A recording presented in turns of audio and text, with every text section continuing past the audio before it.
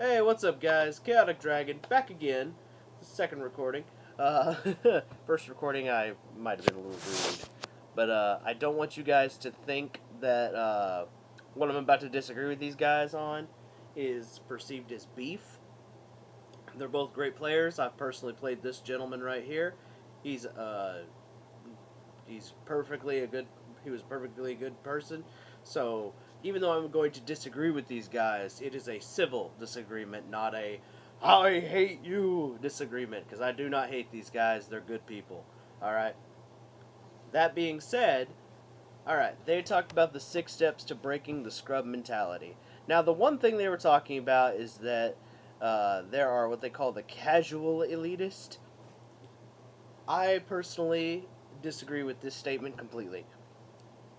The only real elitist are the meta elitist, and the reason why is because the meta elitist acts like you're horrible for playing anything that isn't meta, and then they get really mad when they lose because you didn't play meta.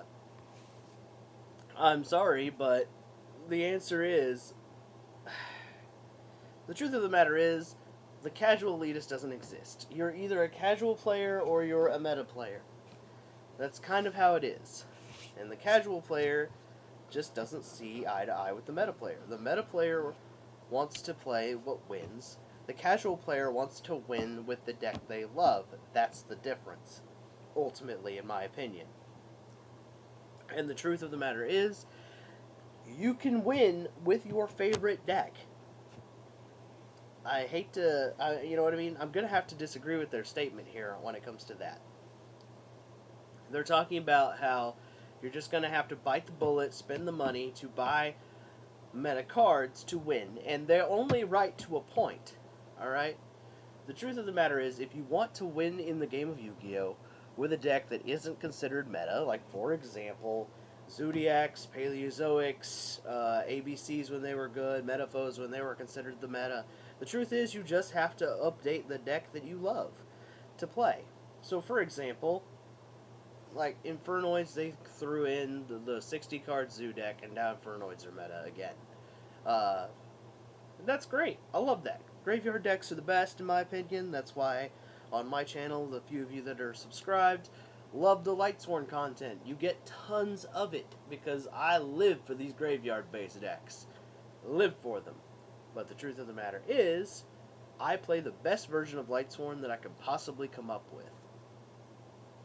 And these guys, you know, they're talking about how you need to break the scrub mentality.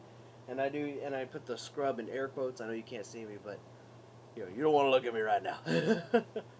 But the truth of the matter is, it's all about updating the deck to handle what is meta. If you're playing a deck that is perceived as not meta, put cards in it that give that deck the advantage over the meta deck. Like for example, you guys probably saw my last video was Kaiju Sworn. Alright? The Kaijus are in there to give me a second turn ability. Where Lightsworn is primarily a going first deck. Kaijus are primarily a going second deck. If you take the two decks apart, alright? Kaijus are a deck themselves, Lightsworn is a deck themselves. The Kaiju deck is like go second and then just get rid of all their good monsters and give them this crappy beat stick, and then I'm going to summon a bigger beat stick. And then, of course, then they play Kaiju Slumber, which gains counters, and you know what I mean. And then the monsters are even better in the Kaiju deck that way. They're all like walking negates or walking Regekis or whatever. Just depends on the Kaiju. But then then you look at Lightsworn, and they're primarily a graveyard-based deck.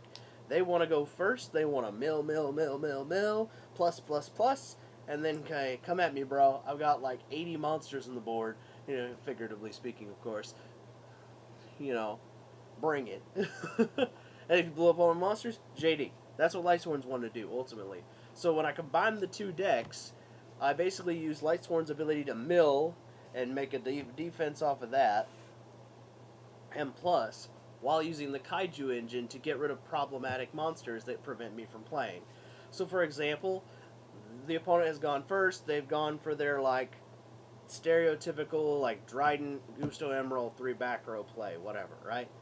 I'll Twin Twister the back row, throw a kaiju over their trident, throw a bigger kaiju on my side, summon a light sworn, mill another light sworn, make a big synchro monster, blow up the board, uh, you know, inflict a little bit of damage with Scarlight, go make bigger dragon, and then pass turn. You know, the idea is they've lost all their resources. I've got walking the gate. I win. It's really that simple. And then with so the idea here is you have to take your deck to the next level if you want to beat the meta. It's not about, like, for example, if your favorite deck is Ice Barriers, I totally believe that you can make Ice Barriers win. It's just about putting the right support in there. Like, for example, if I was going to make Ice Barriers good, I probably would throw in, like, Totally Awesome and make, like, a water, you know what I mean? Throw in, like, Aqua Spirits or something so I can make Bahamut Shark. Or maybe I'd just play the level 2 Ice Barrier monsters, and then I use them to make the Toad and protect them with Paleozoics, because they're all common and cheap, guys. You know, you can use the Paleozoic trap cards as your back row, and then just summon your, Aqua type Ice Barriers, and voila, you've got a meta relevant deck. It's not about, hold on, let me work on a little experiment here, but let's just clear this for just a moment. Alright? Let me explain something. As long as you've got something like, just something meta relevant or anti-meta relevant, like, here. Barrier. Alright, we're just going to type in barrier, go all the way down. Excuse me. Go figure that DevPro is not updated. There it is. Okay. You need something like this. Alright. Strike. Can't spell for shit, so I just spell the easy words. Alright, this.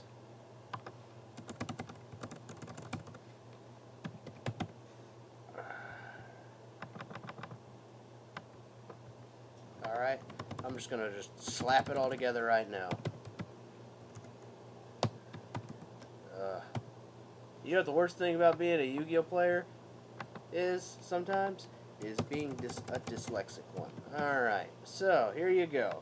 You want to fight the meta? Here's 5 cards right here. Just simple and easy. Right? Ghost Ogre, Maxi, DD Crow, Dimensional Barrier, Strike. These cards right here, or cards that do similar things to these cards, is what's going to give you the ability to fight the meta. It's not even about... These guys want to act like the only way to play is to play meta, but the truth of the matter is they're wrong. You can beat the meta by updating your deck to currently battle it. It's all about what is out and what counters what is out, okay? So if everyone's playing Zoo, what counters Zoo? Kaijus, DD Crow, Dimensional Barrier, Strikes. These are the cards that counter those cards, right? So even if you don't want to play, even if you don't want to play those cards, there are cards that do similar things. I think it's called a Forbidden Apocrypha. Alright, you can't afford this, right? We're going to say this is what you're going for. Dimensional Barrier. Right here. Forbidden Apocrypha. There you go. You play this card instead. DD Crows come common. Maxi's at 1. This got a reprint. Trust me, these are all cheap. You can get them really easy. This is down to 1. This price dropped horribly. Go for the newest reprint, and that's the one that will be the cheapest. This comes rare. This got a reprint recently. These cards are attainable at least lower price. These cards, on the other hand, are not. But if we go here to Nightmare, let's take the Nightmare here. I'm going to give you some cards that basically do the same thing. Okay, so here you go. These cards basically do the same thing as these 2 cards. Here's your cheapo versions of these guys. Trap Tricks, Trap Hole, Nightmare. If a special summon monster activates its effect, negate its effect and destroy it. Now, granted, they can chain to this, but, you're sacrificing speed for your wallet. And then, of course, Forbidden Apocrypha, they gotta have 2 or more, so they have to make the stereotypical play. They've gotta make, they gotta go for, MX Saber Invoker, and then make a Trident, and then you get to do it, or they've got to do Gusto and Dryden. Those are the stereotypical plays of the Zodiac deck. And this is what you're sacrificing for speed, for for money. But ultimately, what I'm saying is, it's not about what is meta. It's really about what counters meta. Anything can be decent against this. If your deck has the ability to search out its key cards, it's got a chance. Because, like I said with Ice Barriers, I know it's a horrible example, and the Ice Barriers are not the greatest archetype in the world. They're not. But if you can find a variant that works for you, guess what? You can do something with it. Because look right here, Ice Barriers have their own search card, Ice Barrier Medallion. So you could go get gigabytes and and just do the spellcaster ones or whatever, like this guy, this one, there you go. There's your spellcasters right there. This card's also a draw card. Ditch an Ice Barrier, draw card. I mean, right here is, there you go. You've got the start to a deck right here, guys. Just throw in a Totally Awesome and a Bahamut Shark.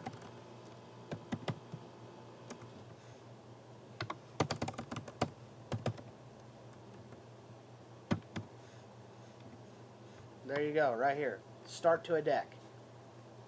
Ice Barriers with good back row, a little bit of draw power.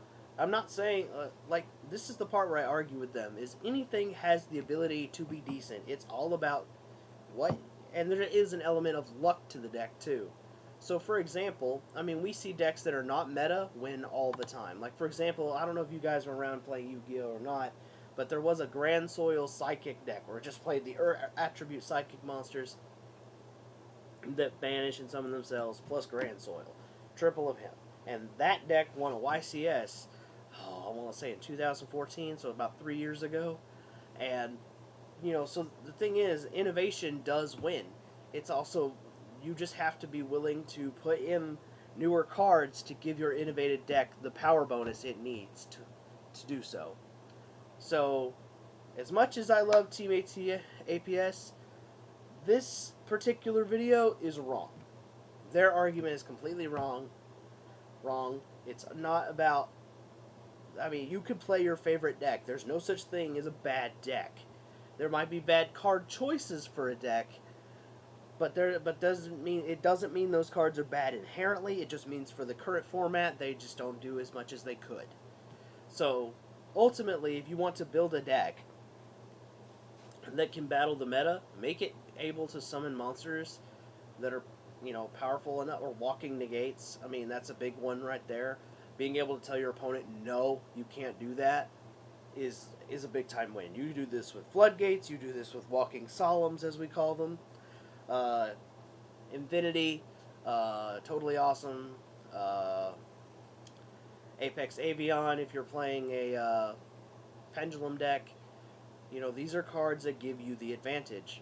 So, Crystal Wing, I mean, there's a plethora of these kinds of cards. So, you can beat the meta. The only thing you have to do is improve consistency and make tech choices that will allow you to have an advantage over the opponent. So, that's my little rant for today. Sorry, Team APS. I hope I didn't offend you guys if you ever happen to see this video. But the truth of the matter is that, anti-meta non-meta decks can beat the meta. It's all about the player and his or her level of understanding of the game, plus, the just addition of new cards. Add new cards to your deck or anti-meta cards to your deck, and you have an advantage over them inherently. That's all I've got for today. If anyone wants to leave a comment below, you can tell me I'm wrong if you want. I'm going to disagree with you, but that's okay. I'm entitled to my opinion, and everyone's entitled to theirs. So, like I said, like, comment, subscribe, and if you want to argue with me in the comments, you're more than welcome to. Alright, this is the Chaotic Dragon, and I'm signing out.